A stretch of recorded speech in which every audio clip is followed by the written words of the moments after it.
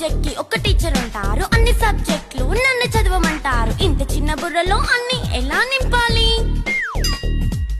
Class work, home work, fair notes అంటారు. Subject కి 3 books పెట్టి బ్యాగ్ నింపుతారు. ఇన్ఫాక్ట్ నా బరువు కన్నా నా బ్యాగ్ బరువే ఎక్కువ.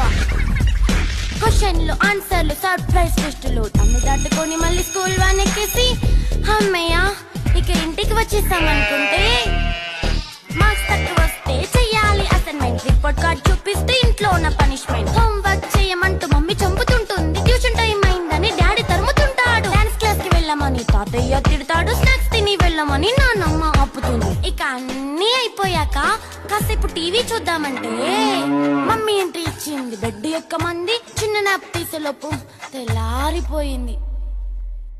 అయ్యో మళ్ళీ మొదలు ఈ స్కూల్ కష్టాలు.